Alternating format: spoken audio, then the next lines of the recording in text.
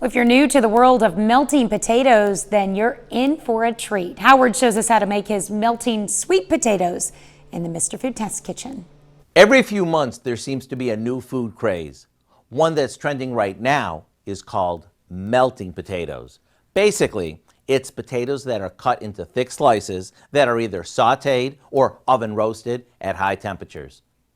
Then they're finished with some kind of broth or liquid which makes them melt in your mouth. We start by cutting a few peeled sweet potatoes into half-inch slices. Then we toss them with some melted butter that we mix with a bit of salt and cinnamon. These go onto a baking sheet and into a 450-degree oven until both sides start to get crispy. Once they are, we drizzle them with apple cider and back into the oven they go. This sort of poaches them.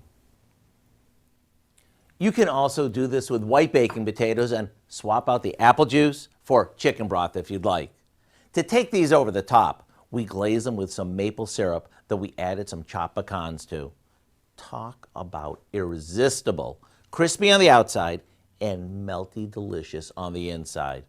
The recipe for our melting sweet potatoes is on our website now, just in time for Thanksgiving. I'm Howard in the Mr. Food Test Kitchen, where today we found a trendy melt in your mouth way for you to say, ooh, it's so good.